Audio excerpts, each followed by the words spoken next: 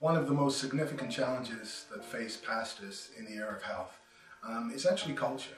Many of us come from different backgrounds and different countries, and along with those countries are different traditions, different food that make us feel comfortable, make us feel connected. The foods that often make us feel comfortable and are traditional for us are actually foods that are not that beneficial. And the tension with the health message is that we're being called to go countercultural, to be counterintuitive.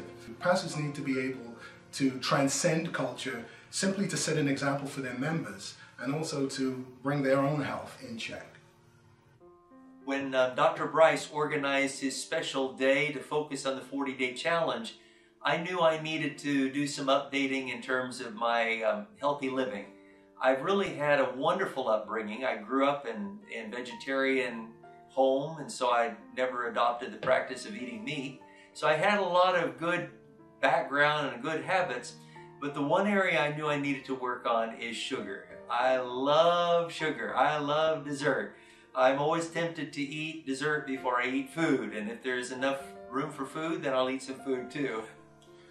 I really wasn't looking for this particular challenge, this 40-day challenge, but I was glad that it came. I was looking for a change. I was looking for a kind of way forward with my health. I knew I needed to change some things, change some habits, but I just didn't have the body of knowledge. So when it came up as an opportunity at the conference, I really jumped at it.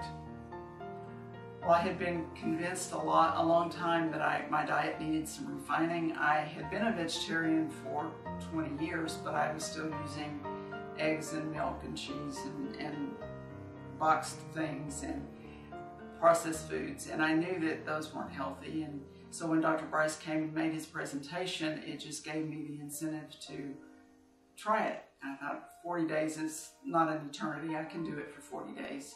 Well, I'm really happy because of the help and the support of the health department and Dr. Bryce and his team, because it helped me a lot with some goals that in the past I was trying to arrive to and never did. So I listened to the training and the teaching and the inspiration that day that Dr. Bryce had organized, and I knew I needed to go 40 days without sugar. And I'm not sure I have ever done that in my life since I left home to go away to school. So I said, Lord, you can help me do this. And I determined by God's grace to do without any dessert. I imagine there might be sugar in some processing or whatever, but no dessert for 40 days. The significant changes I made were really in the timing of when I ate. For instance, I'm a person who's always missed my breakfast. I normally just kind of run out and get on the road, and I'll get something later in the day. And what I learned is that that's just not the best thing for you. You need to start early, eating a very healthy, full breakfast. In fact, it should be the heartiest meal of the day. So I changed my eating habits in terms of having breakfast, eating more at breakfast time, then eating later in the afternoon, and then not eating in the evening. Those were the changes, significant dietary changes that I made. And so I began to make those changes in my diet and took out the sugar and the refined foods and the dairy and eggs. And it didn't take very long before I started really feeling the effects. I had more energy, I felt more mentally alert.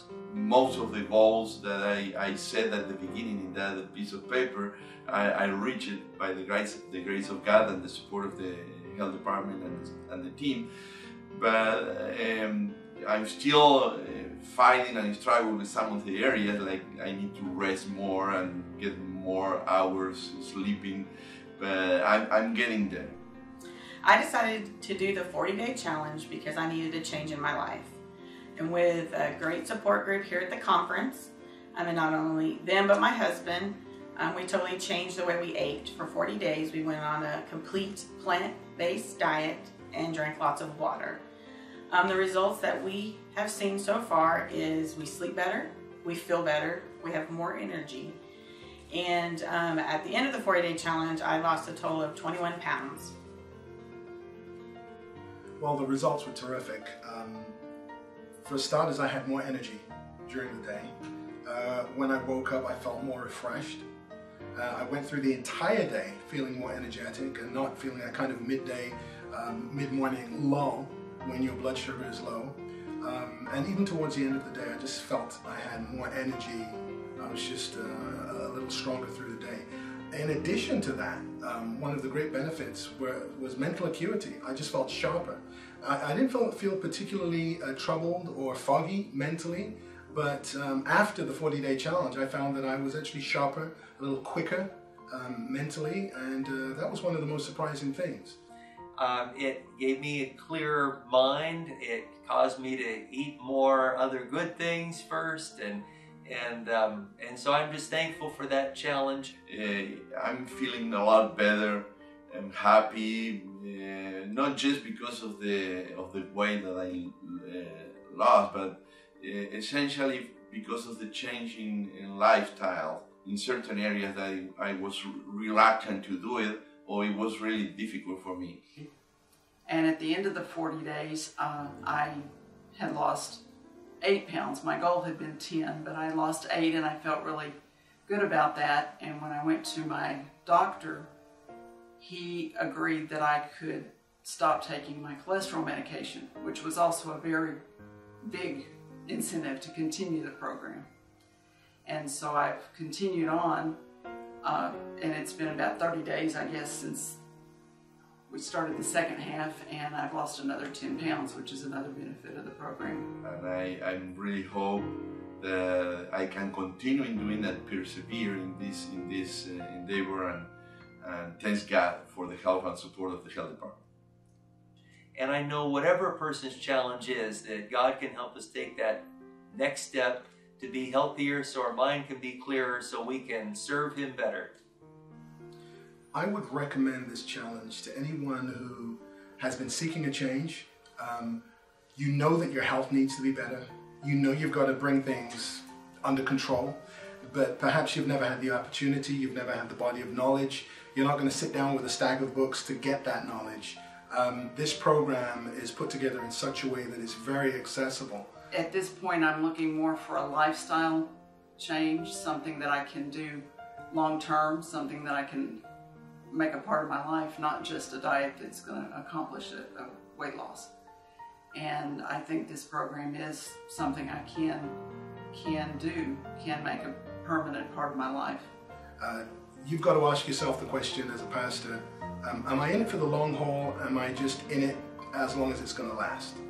If you take care of your health, you're going to last as long as you possibly can. You're going to go as far as you can go. You're going to fulfill your ministry. You're going to impact more lives over the long haul than if you go at it just kind of working from day to day, ignoring your health, ignoring the health message, not taking care of yourself, and ultimately shortening your ministry time simply because you're going to get ill. One example of that was the story of Ellen White and James White. James White was absolutely called to further the message of this church, but his ministry was cut short because his health was broken. And that was all because of how he drove himself and didn't really follow the principles of health.